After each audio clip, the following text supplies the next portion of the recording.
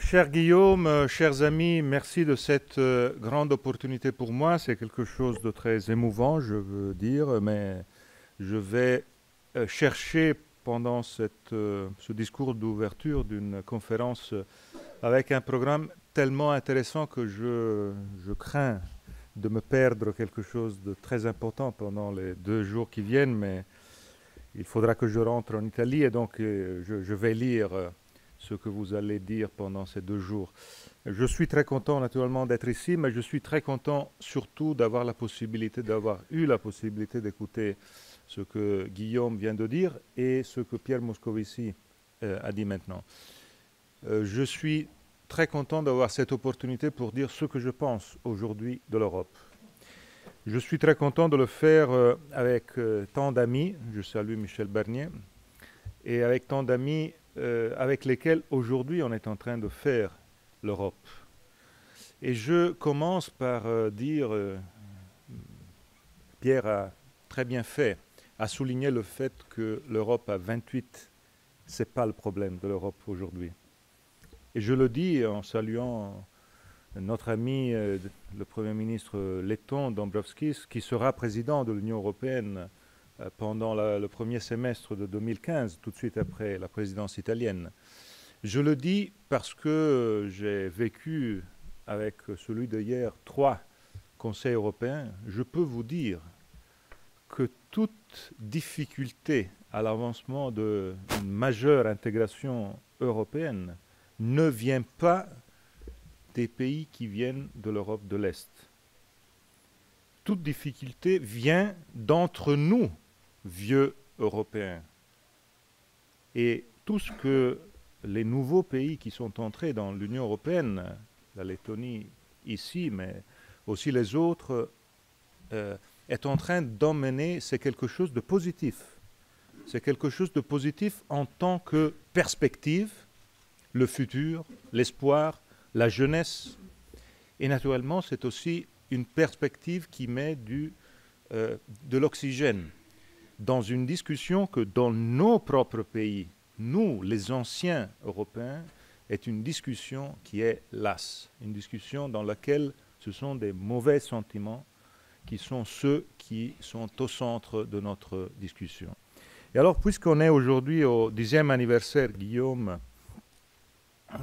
et puisque, Pierre, je sais que le gouvernement français a demandé à Jean Pisani-Ferry de faire un exercice sur la France dans 10 ans. Et puisque peut-être je vais faire la même chose en Italie, bien que chez nous, les temps de la politique sont un peu plus raccourcis normalement, mais c'est le beau de l'Italie, hein. On s'amuse toujours. Je vais chercher de faire un exercice ici. Et l'exercice est: comment sera l'Europe dans 10 ans? Comment sera l'Europe dans 10 ans? Et c'est un exercice dans lequel il faut du courage. Il faut y mettre du courage. Parce que si l'on part en faisant l'exercice de se dire, mais quand on était en 83, en 93, en 2003, et on s'est dit à ce temps-là, comment serait l'Europe dans 10 ans? Je pense qu'on pouvait avoir des idées. En 83, si on disait comment sera l'Europe dans 10 ans, on aurait dit ce sera l'Europe des 4 libertés.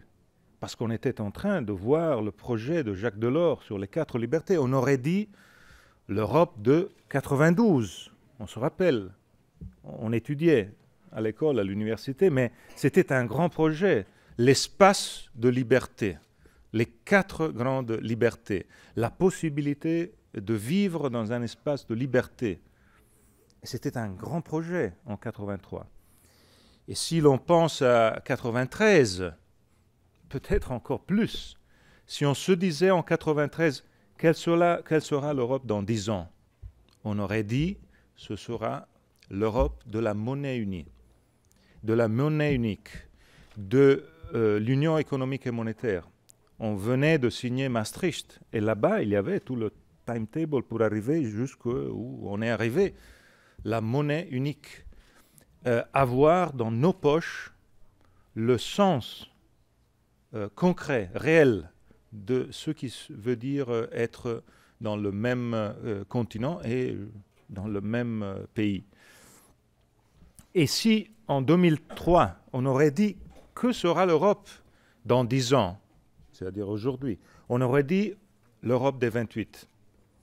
On aurait dit l'Europe des 28, c'est-à-dire une Europe qui fait à la fin la paix entre les deux Europes et qui fait ainsi qu'aujourd'hui, que nous sommes ici, que nous parlons d'Europe, l'Europe est présidée pendant ce semestre-ci, comme elle sera présidée par le Premier ministre Dombrovskis dans 1 an et demi, elle est présidée par un pays qui, il y a 20 ans, il y a 25 ans, était Union soviétique. Parce qu'aujourd'hui, c'est Lituanie qui préside l'Europe. Et Lituanie était Union soviétique. Quand on pense à ça, on pense au trajet de l'histoire qu'on a fait, qu'on a accompli.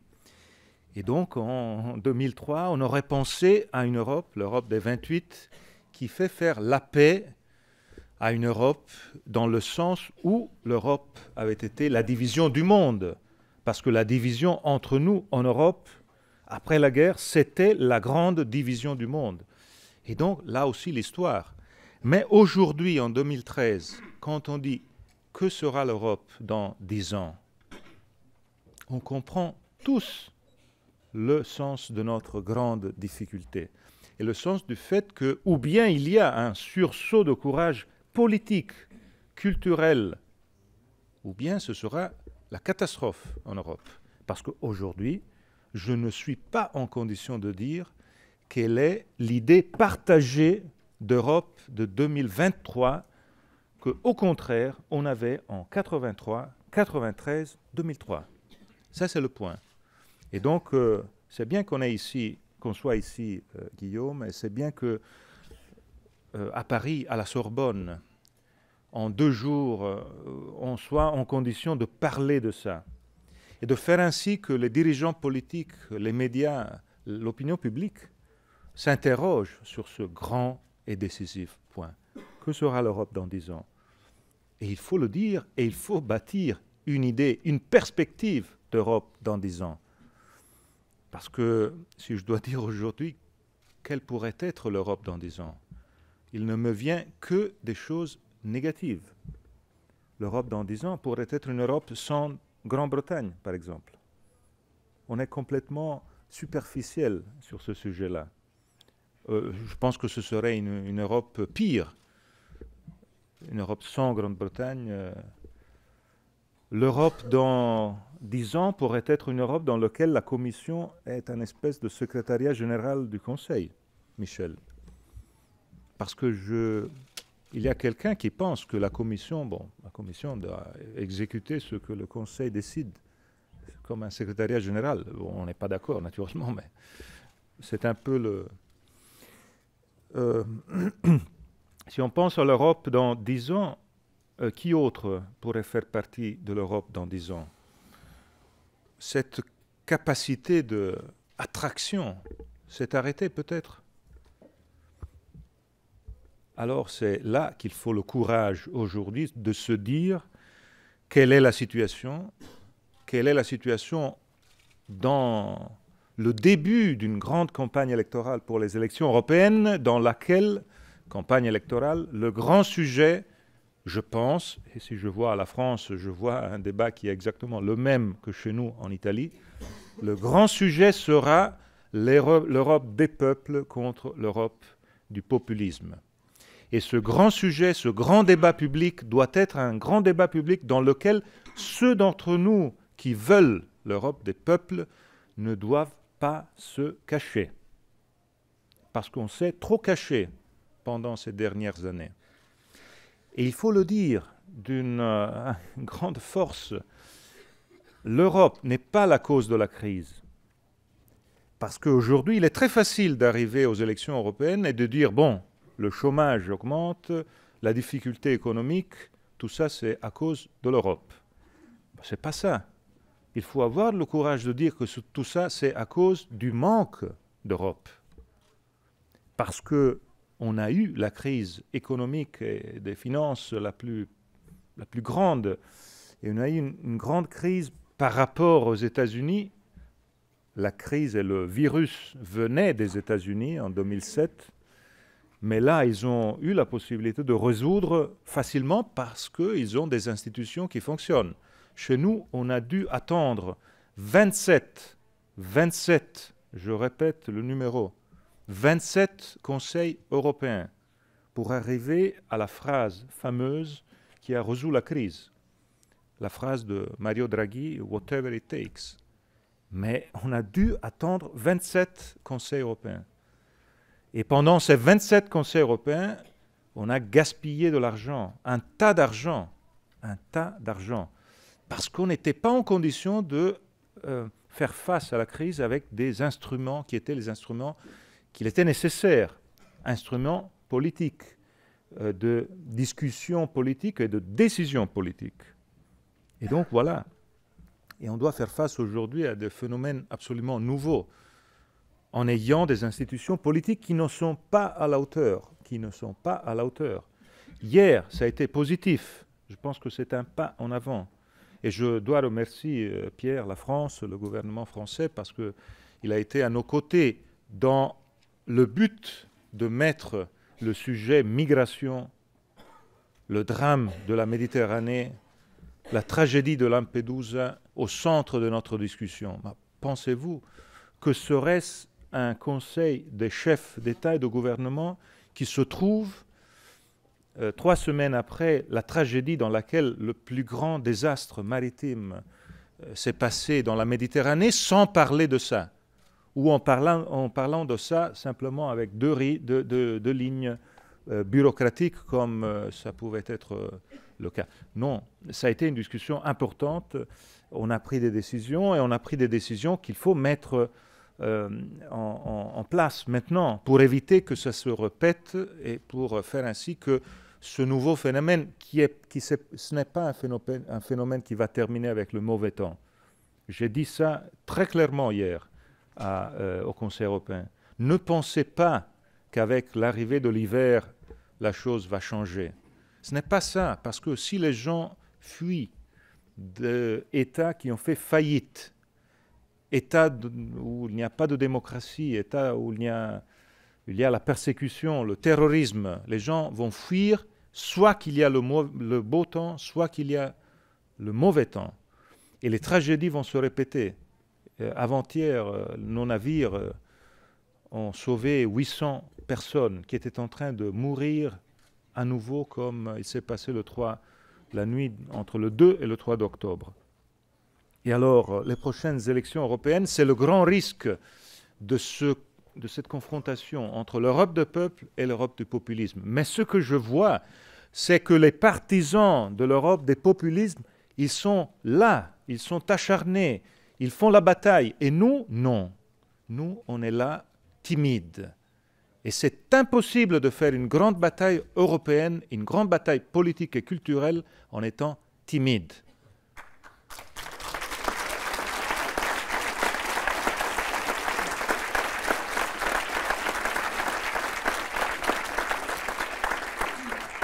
Et alors, il faut le dire, qu'on a pris l'Europe comme le bouc émissaire de la crise. Et il faut dire que ce n'est pas correct. C'est le manque d'Europe, la cause de la crise. Ce n'est pas l'Europe.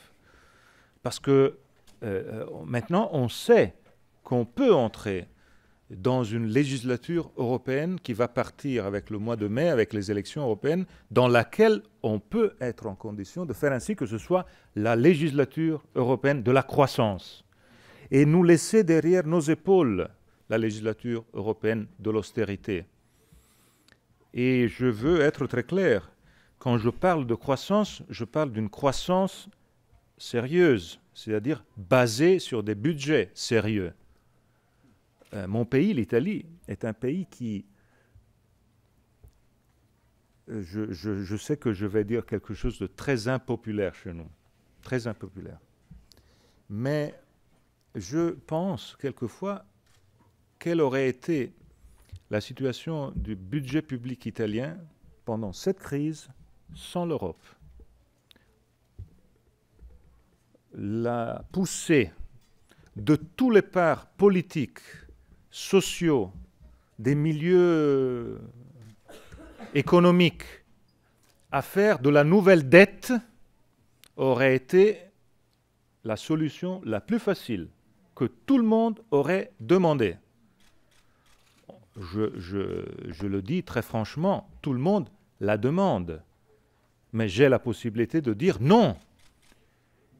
Et naturellement, si je n'avais pas l'écu communautaire en m'aidant à dire non, non à de nouvelles dettes, je serais complètement basculé, je serais complètement... J'ai cet écu communautaire, donc j'ai la possibilité de dire non à de nouvelles dettes. Et j'ai la possibilité de dire qu'aujourd'hui, l'Italie est un pays qui, avec les choix qu'on est en train de faire, avec la loi de budget qu'on a passée au Conseil des ministres et qui est en train d'être discutée au Parlement, l'année prochaine, l'Italie est un pays qui se présente au semestre de présidence européenne, qui sera un semestre important parce que ce sera le premier semestre de la nouvelle législature et donc un semestre qui doit partir avec cette idée européiste, qui doit partir avec cette idée de croissance. L'Italie peut se présenter avec ce budget, avec la dette publique qui, pour la première fois après 5 ans, l'année prochaine, va descendre, le déficit qui va passer du 3% cette année à 2,5% l'année prochaine, avec donc un avance primaire, les dépenses publiques primaires qui vont pour la première fois descendre, la pression fiscale sur les familles et les entreprises qui va pour la première fois descendre, et la croissance qui va redevenir chez nous quelque chose de sérieux. Tout ça est possible parce qu'on a eu des règles, et ces règles-là nous ont obligés à ne plus faire de la dette. Et on est dans une situation de grande difficulté dans un pays comme le mien, avec cette grande dette sur nos épaules, parce que dans les années 80, il n'y avait pas l'Europe de Maastricht. Ça, je dois le dire très franchement. Parce que dans les crises des années 70 et 80, on n'avait pas Maastricht et donc on faisait de la dette pour résoudre les crises. Et ça, je le dis très franchement parce que le futur doit être un futur d'une Europe plus concrète, qui soit en condition de parler aux citoyens. Hier, par exemple, mais malheureusement, vous n'allez pas trouver ce que je vais vous dire maintenant dans les journaux, parce que les journaux sont pleins d'autres discussions sur le Conseil européen, mais hier, on a décidé quelque chose qui est très important pour les citoyens européens. On a décidé le passage pour éliminer les 28 marchés européens des télécommunications. C'est incroyablement important pour la compétitivité de l'Europe. Si aujourd'hui, nous savons très bien que si un citoyen de Sanremo veut faire du lien web ou un coup de fil à un citoyen de Nice, et ils sont à 10 km de distance, Sanremo et Nice, à 20 km de distance, ce citoyen-là paie 50 fois plus de ce que le citoyen de Sanremo paie pour envoyer un mail à Palermo. Est-ce que ça a un sens, ça? Ben évidemment non. On passe la frontière et c'est tout de suite le SMS qui nous dit c'est le roaming, vous allez payer ça et ça et ça. Mais ça, c'est l'Europe. Et on se dit, mais pourquoi on n'est pas compétitif avec les Chinois, les Japonais, les États-Unis? Ben, c'est très clair. En Europe, on a dans ce domaine-là 100 opérateurs, parce que chaque pays a 4, 5 opérateurs. Aux États-Unis et en Chine, ils en ont 4 ou 3. Je ne veux pas qu'on ait 3 opérateurs en Europe. Michel, la Commission serait très... Parce que la concurrence et tout ça. Mais on peut avoir on peut être dans le milieu. On peut arriver à avoir 10, 12, 15 opérateurs qui soient en condition d'avoir la dimension suffisante pour être compétitif et pour faire la compétition et pour faire baisser les coûts de nous, consommateurs européens, et pour faire ainsi qu'on puisse payer moins. Je pense que là aussi, il y a quelque chose pour parler aux jeunes. Parce que je pense qu'être concret dans tout ça, le Conseil européen de juin a pris des décisions importantes sur la garantie pour les jeunes. Le 12 novembre, on va être ici à nouveau à Paris, parce que sous l'invitation du gouvernement français et du gouvernement allemand, on va être ici pour discuter des jeunes et des mesures européennes contre les problèmes du travail pour les jeunes. Et ce sera important et décisif que l'Europe parle aux jeunes. Et surtout, permettez-moi de le dire, parce que je ne veux pas passer pour un défenseur de l'Europe comme elle est, absolument pas, que l'Europe cesse de parler par acronyme. Si j'étais dictateur de l'Europe pour une demi-heure, je ferais passer un édit, une loi, un décret qui dit que les acronymes sont bannés, sont hors de l'Europe. On ne parle plus par acronyme. On se perd nous-mêmes. On se perd. Je ne sais pas si mon collègue Dombrovskis est plus avancé que moi. Moi, je me perds. Je suis sûr que Pierre sait tout, mais moi, je me perds. Michel sûrement connaît tous les acronymes. Mais c'est insupportable, c'est intolérable. Si on parle des acronymes aux citoyens européens, après 10 secondes, ils se perdent. Justement, il faut parler des choses avec le nom. Il faut appeler les choses avec le nom. Les choses doivent avoir pour être compréhensibles. Et continuer à parler par acronyme, c'est la meilleure des façons pour donner aux populistes qui envahissent nos télévisions, nos émissions télévisives, leur force. Et alors, je pense que nous sommes là, et je vais conclure en disant que moi, je me suis formé à une idée européiste que je maintiens dans mon cœur. C'est l'idée de l'Europe qui était fixée dans l'image, la plus forte des images du siècle qui est passé, l'image de Mitterrand et Kohl, main dans la main au cimetière de Verdun.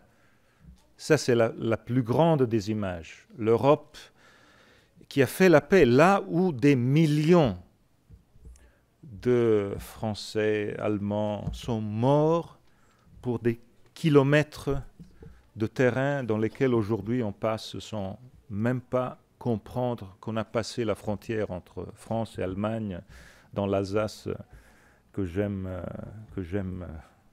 dès mon enfance. Et aujourd'hui, évidemment, il faut comprendre que cette image n'est plus suffisante. Je dois le dire, elle n'est plus suffisante. Parce qu'aujourd'hui, il faut faire passer une autre image. Et c'est ce qu'il faut faire pour le futur. Moi aussi, je souligne les décisions qu'on doit prendre.